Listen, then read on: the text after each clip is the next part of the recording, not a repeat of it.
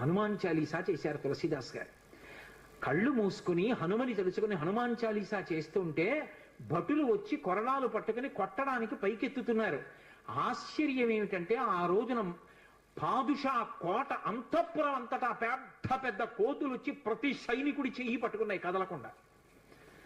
పాదుషా భయపడిపోయి సింహాసనం దిగి కిందకొచ్చి తులసీదాస్ గారి కాళ్ళ మీద పడ్డాడు. అప్పుడు ఖచ్చితంగా పూర్తయిపోయింది హనుమాన్ చాలీసా. ఆ తులసీదాస్ గారి చదివినప్పుడు అన్ని కోతుల రూపంలో వచ్చి ఎదురుగుండా హనుమ నిలబడి కాపాడారు తులసీదాస్ గారిని. అందుకే అప్పటికీ ఇప్పటికీ ఎప్పటికీ కూడా హనుమాన్ చాలీసాకి అంత శక్తి. తులసీదాస్ గారు ఎప్పుడు మాట్లాడుతూ ఉండేవారు స్వామి హనుమతోటి. రామాయణ రచన చేసేటప్పుడు రామచరితమానస్ రాసేటప్పుడు ఏ ఏ ఘట్టం దగ్గరికి వచ్చేటప్పటికి ఆయా ఘట్టం దగ్గర మళ్ళీ హనుమకి చదివి వినిపిస్తూ ఉండేవారు. హనుమ అంతా చదివి సరేనంటుండేవారు.